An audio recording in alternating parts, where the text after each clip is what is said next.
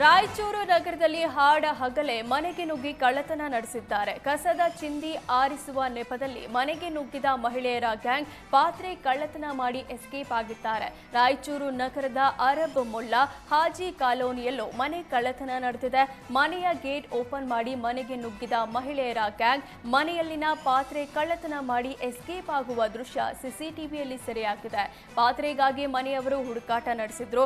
ಪಾತ್ರೆಗಳು ಸಿಗದಿದ್ದಾಗ ಸಿಸಿಟಿವಿ ಪರಿಶೀಲನೆ ನಡೆಸಿದ್ರು. ಆ ವೇಳೆ ಮನೆ ಗಳ್ಳತನ ವಿಷಯ ಗೊತ್ತಾಗದೆ ಮಹಿಳೆಯರ ಗ್ಯಾಂಗ್ ಮಟ್ಟ ಹಾಕಲು ಪೊಲೀಸರಿಗೆ ಮನವಿ ಮಾಡಲಾಗಿದೆ. ಬೆಂಗಳೂರಲ್ಲಿ ಅಬಕಾರಿ ಅಧಿಕಾರಿಗಳು ಭರ್ಜರಿ ಕಾರ್ಯಾಚರಣೆ ನಡೆಸಿದ್ದು ಬಿಹಾರದಿಂದ ಗಾಂಜಾ ತಂದಿದ್ದ ಫಿರೋಜ್ ಅನ್ಸಾರಿ ಎಂಬಾತನನ್ನ ಬಂಧಿಸಲಾಗಿದೆ. ಅಬಕಾರಿ ಡಿವೈಎಸ್ಪಿ ಅಬುಬಕ್ಕರ್ ಮುಜಾವರ್ ನೇತೃತ್ವದಲ್ಲಿ ದಾಳಿ ನಡೆಸಿದ್ದು ಮೆಜೆಸ್ಟಿಕ್ ರೈಲು ನಿಲ್ದಾಣದ ಸಮೀಪ ಬಿಹಾರ ಮೂಲದ ಫಿರೋಜ್ನನ್ನ ಬಂಧಿಸಲಾಗಿದೆ. ಸದ್ಯ ಬಂಧಿತನಿಂದ 10.3 ಲಕ್ಷ ರೂಪಾಯಿ ಮೌಲ್ಯದ 11,480 ಕೆಜಿ ಗಾಂಜಾ ಜಪ್ತಿ ಮಾಡಲಾಗಿದೆ. ಎನ್ಡಿಪಿಎಸ್ ಕಾಯ್ದೆಯಡಿ ಪ್ರಕರಣ ದಾಖಲಿಸಲಾಗಿದ್ದು ತನಿಖೆ ಮುಂದುವರೆದಿದೆ. ಕ್ಯಾಂಟರ್ ಲಾರಿಯಲ್ಲಿ ಅಕ್ರಮವಾಗಿ ಸಾಗಿಸುತ್ತಿದ್ದ 25 ಜಾನುವಾರುಗಳನ್ನು ಬಜರಂಗದಳ ಕಾರ್ಯಕರ್ತರು ರಕ್ಷಿಸಿದ್ದಾರೆ. ಕ್ಯಾಂಟರ್ ಲಾರಿ ಮೂಲಕ ಚಿತ್ರದುರ್ಗ ಕಡೆಯಿಂದ ಶಿರಾ ಮಧುಗಿರಿ ಮಾರ್ಗವಾಗಿ ಬೆಂಗಳೂರು ಕಡೆಗೆ ಜಾನುವಾರುಗಳನ್ನು ಸಾಗಿಸಲಾಗುತ್ತಿತ್ತು.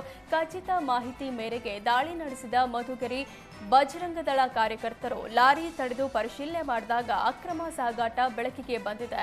ಕೂಡಲೇ ಕಾರ್ಯಕರ್ತರು ಪೊಲೀಸರಿಗೆ ಮಾಹಿತಿ ನೀಡಿದ್ದು ಘಟನೆ ಸಂಬಂಧ ಪೊಲೀಸರು ದೂರು ದಾಖಲಿಸಿಕೊಂಡಿದ್ದಾರೆ. ಸದ್ಯ 25 ಜಾನುವಾರುಗಳನ್ನು ರಕ್ಷಿಸಿ 3 ಆರೋಪಿಗಳನ್ನು ವಶಕ್ಕೆ ಪಡೆಯಲಾಗಿದೆ. ಕೊಲೆ ಆರೋಪಿ ದರ್ಶನ್ ಕೇಸ್ನಲ್ಲಿ ಸುಪ್ರೀಂ ಕೋರ್ಟ್ ತರಾಟೆ ತೆಗೆದುಕೊಂಡಿದ್ರು. ಪರಪ್ಪನ ಅಗ್ರಹಾರ ಜೈಲಿನಲ್ಲಿ ರಾಜಾತಿಥ್ಯಕ್ಕೆ ಮಾತ್ರ ಬ್ರೇಕ್ ಬಿದ್ದಿಲ್ಲ. ವಿಚಾರಣಾಧೀನ ಕೈದಿಗಳ ಕಳ್ಳಾಟ ಮುಂದುವರೆದಿದೆ.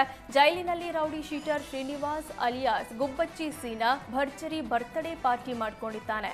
ಆಪಲ್ ಹಾರ ಹಾಕಿ ಕೇಕ್ ಕಟ್ ಮಾಡಿ ಸಂಭ್ರಮಿಸಿದ್ದಾನೆ. ಬರ್ತ್ಡೇ ಸೆಲೆಬ್ರೇಷನ್ ವಿಡಿಯೋ ಮಾಡಿ ಸೋಷಿಯಲ್ ಮೀಡಿಯಾದಲ್ಲಿ ಪೋಸ್ಟ್ ಮಾಡಿದ್ದಾನೆ. ಮರ್ಡರ್ ಕೇಸ್ನಲ್ಲಿ ರೌಡಿ ಶೀಟರ್ ಗುಬ್ಬಚ್ಚಿ ಸೀನಾ ಜೈಲು ಸೇರಿದ್ದ. ಹಾಸನ ಜಿಲ್ಲೆ ಸಕಲೇಶಪುರ ತಾಲೂಕಿನ ಕುಮಟಹಳ್ಳಿ ಗ್ರಾಮದ ಮನೆಯೊಂದರ ಬಳಿಯೇ ಕಾಡಾನೆ ಬೀಡು ಬಿಟ್ಟಿದೆ.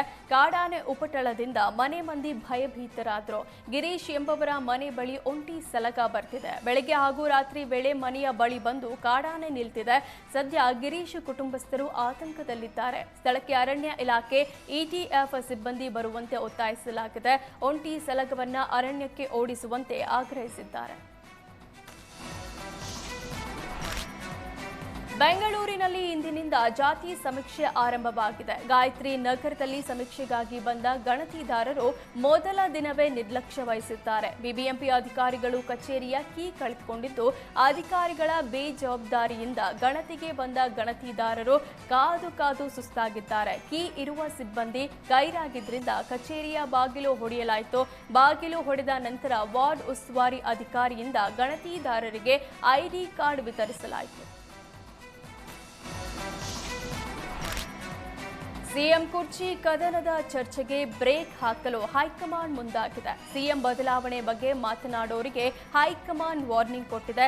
ರಾಜ್ಯ ಕಾಂಗ್ರೆಸ್ ಉಸ್ತುವಾರಿ ಎಐಸಿಸಿ ಪ್ರಧಾನ ಕಾರ್ಯದರ್ಶಿಗಳಿಂದ ಖಡಕ್ ಎಚ್ಚರಿಕೆ ರವಾನಿಸಲಾಗಿದ್ದು ಸಿಎಂ ಮುಂದುವರಿಕೆ, ಸಿಎಂ ಬದಲಾವಣೆ ಬಗ್ಗೆ ಯಾರೂ ಯಾವುದೇ ಚರ್ಚೆ ಮಾಡುವಂತಿಲ್ಲ ಅಂತ ತಿಳಿಸಿದೆ. ಬಹಿರಂಗ ಹೇಳಿಕೆಗೆ ಕಡಿವಾಣ ಹಾಕಲು ಡಿಕೆಶಿಗೆ ಸುರ್ಜೇವಾಲಾ ಸೂಚನೆ ಕೊಟ್ಟಿದ್ದಾರೆ. ಇನ್ನು ಈ ಬಗ್ಗೆ ಮಾತನಾಡಿದ ವೇಣುಗೋಪಾಲ್, ಕಾಂಗ್ರೆಸ್ ಪಕ್ಷ ನಿರ್ಧಾರ ಕೈಗೊಳ್ಳಲು ಸಮರ್ಥವಾಗಿದೆ. ಪಕ್ಷದೊಳಗೆ ಏನು ನಿರ್ಧಾರ ತೆಗೆದುಕೊಳ್ಳಬೇಕು ಅನ್ನೋದು ಗೊತ್ತಿದೆ ಅಂದರು. ಮೈಸೂರು ದಸರಾದಲ್ಲಿ ಮೊಮ್ಮಗನ ದರ್ಬಾರ್ಗೆ ಸಚಿವ ಮಹದೇವಪ್ಪ ಸಮರ್ಥಿಸಿಕೊಂಡಿದ್ದಾರೆ. ಸಿಎಂ ಡಿಸಿಎಂ ಸಚಿವರ ಜೊತೆ ಕಾಣಿಸಿಕೊಂಡಿದ್ದು ತಪ್ಪೇನೂ ಇಲ್ಲ ಅಂತ ಮಹದೇವಪ್ಪ ಹೇಳಿದ್ದಾರೆ. ದಸರಾದಲ್ಲಿ ಮೊಮ್ಮಗನ ಭಾಗಿಯಿಂದ ಪ್ರೋಟೋಕಾಲ್ ಉಲ್ಲಂಘನೆ ಆಗಿಲ್ಲ. ಜೀಪ್ನಲ್ಲಿ ಮೆರವಣಿಗೆ ಸರ್ಕಾರಿ ಕಾರ್ಯಕ್ರಮ ಅಲ್ಲ. ಪ್ರೋಟೋಕಾಲ್ ಇರಲಿಲ್ಲ ಅಂದ್ರು. ಜನರಿಗೆ ವಂದನೆ ಸಲ್ಲಿಸಲು ಒಟ್ಟಾಗಿ ಹೋದೆವು ಅಷ್ಟೇ ಅಂತ ಮಹದೇವಪ್ಪ ಹೇಳಿದ್ದಾರೆ. ಆದರೆ ಮೈಸೂರು ದಸರಾ ಸರ್ಕಾರಿ ಕಾರ್ಯಕ್ರಮವಲ್ಲವಾ ಎಂಬ ಪ್ರಶ್ನೆ ಉದ್ಭವಿಸುವಂತೆ ಮಾಡಿದೆ. ಸಚಿವ ಮಹದೇವಪ್ಪ ನಡೆ ವಿರುದ್ಧ ಕಾಂಗ್ರೆಸ್ ಹೈಕಮಾಂಡ್ಗೆ ದೂರು ಸಲ್ಲಿಕೆಯಾಗಿದೆ.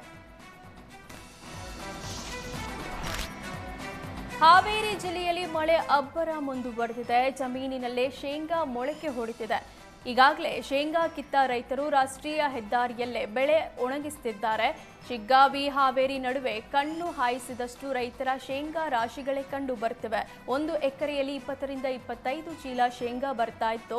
ಆದರೆ ಮಳೆ ಅಬ್ಬರಿಸಿದ್ರಿಂದ ಎಕರೆಗೆ 3-4 ಚೀಲ ಬಂದಿದೆ. ಕೂಡಲೇ ನಮಗೆ ಸೂಕ್ತ ಪರಿಹಾರ ನೀಡಬೇಕು ಅಂತ ಹಾವೇರಿ ಅನ್ನದಾತರು ಒತ್ತಾಯಿಸಿದ್ದಾರೆ. ಭೀಮೆಯ ಪ್ರವಾಹದಿಂದ ತತ್ತರಿಸಿದ ಯಾದಗಿರಿ ಜಿಲ್ಲೆಗೆ ಮತ್ತೊಂದು ಆಘಾತ ಎದುರಾಗಿದೆ. ಪ್ರವಾಹದ ನೀರಿನ ಹೊಡೆತಕ್ಕೆ ಗುರುಸಣಗಿ ಬಳಿ ಇರುವ ಬ್ಯಾರೇಜ್ನ 14ನೇ ಕ್ರಸ್ಟ್ ಗೇಟ್ ಕುಸಿದಿದೆ.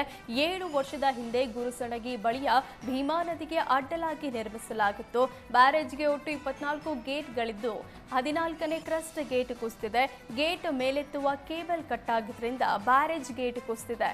ಇದರಿಂದ ಬ್ಯಾರೇಜ್ನ ಹಿನ್ನೀರು ಖಾಲಿ ಆಗುವ ಆತಂಕ ಸೃಷ್ಟಿಯಾಗಿದೆ. ಬ್ಯಾರೇಜ್ನಲ್ಲಿ ನೀರು ಖಾಲಿಯಾದರೆ ಮುಂದಿನ ಬೆಳೆಗೆ ಹಾನಿಯಾಗುವ ಸಾಧ್ಯತೆ ಇದೆ. ಇದರಿಂದಾಗಿ ಕೂಡಲೇ ಕುಸಿದು ಬಿದ್ದ ಗೇಟ್ ದುರಸ್ತಿ ಮಾಡುವಂತೆ ರೈತರು ಆಗ್ರಹಿಸಿದ್ದಾರೆ.